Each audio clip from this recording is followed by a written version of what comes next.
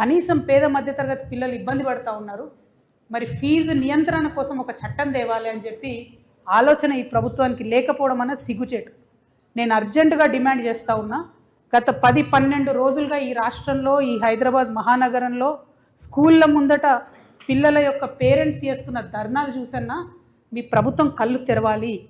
అవసరమైతే special assembly session పెట్టండి, అర్జెంటుగా చట్టం తీసుకురండి. ఆనాడు తిరుపతిరావు గారి కమిటీ ఏదైతే ఉండనో ఆ కమిటీ కూడా 8 to 10% ఫీజు పెంచుకోమని చెప్పింది ఎవ్రీ ఇయరు. ఇప్పుడు కొత్తగా మీరు చేసినటువంటి విద్యా కమిషన్ రిపోర్ట్లో ఆ రిపోర్ట్ అంతా దరిద్రంగా ఉంది, ఏం బాగాలేదు. ఒకటే ఒక సెంటెన్స్ బాగుంది, ఏంది అంటే ఫీజు నియంత్రణ చట్టం తేవాలి, దాన్ని 7 to 9% పెంచుకోవచ్చు అని ఇప్పుడు ఇచ్చిన విద్యా కమిషను రిపోర్ట్ ఇచ్చింది. కనీసం దాన్నన్నా అమలు చేయండి. స్పెషల్ అసెంబ్లీ సెషన్ పిలవాలి ఈ ప్రభుత్వం చాలా అర్జెంటుగా. ఫీ నియంత్రణ కమిటీ వేయాలి అర్జెంటుగా. ఏ స్కూల్ అయినా సరే 8 to 10% కన్నా ఫీజు ప్రతి సంవత్సరం పెంచుకోవడానికి వీల్లేదు. దాని మీద ఈ ప్రభుత్వం కఠినంగా వ్యవహరించాలని చెప్పి నేను డిమాండ్ చేస్తూ ఉన్నాను.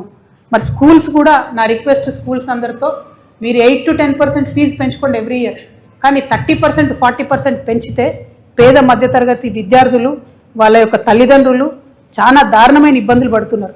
మీరు 30% పెంచుతారు, కానీ ఏదో చిన్న బట్టల షాప్లో ఒక సింగిల్ పేరెంట్ లేడీ ఉంటుంది, ఆమె పని చేస్తూ ఉంటుంది.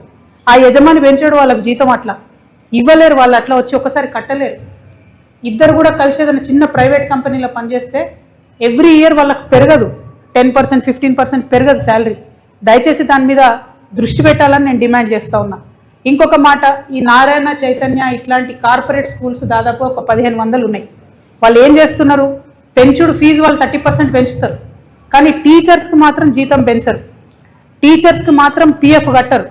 ప్రైవేటు పాఠశాలలలో వేల మంది యువతి యువకులు పనిచేస్తూ ఉన్నారు, వాళ్ళ జీవితాలు దుర్భరంగా ఉన్నాయి. 15,000కి ఇస్తున్నారు జీతం, అంతకుమించి ఒక రూపాయి ఇయ్యరు, PF కట్టరు. ఇంకా ఘోరం ఏంటంటే ఈ ప్రభుత్వాన్ని ఇలా కొత్తగా మేము ఆనాడు డిమాండ్ చేస్తే ఫుడ్ సెక్యూరిటీ కోసం ఒక టాస్క్ ఫోర్స్ వేసారు.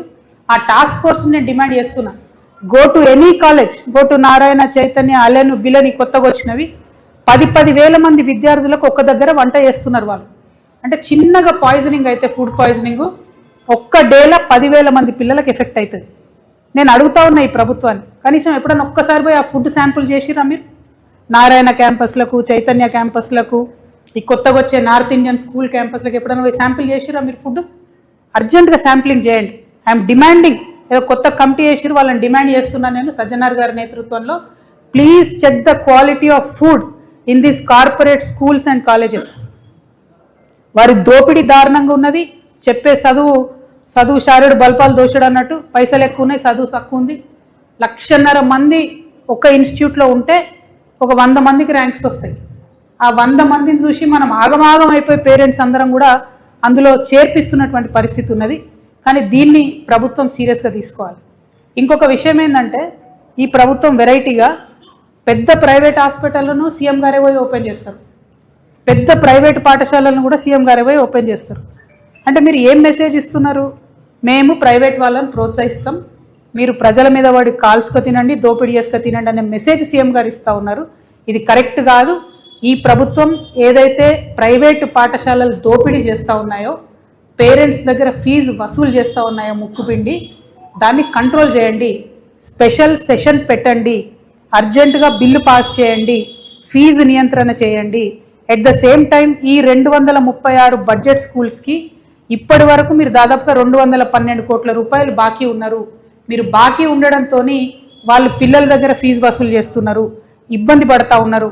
కాబట్టి ఆ ఫీ నియంత్రణ చేయడంతో పాటు మీరు బకాయిలు ఉన్న 212 కోట్లను మీరు ఇవ్వాల్సిందిగా నేను డిమాండ్ చేస్తూ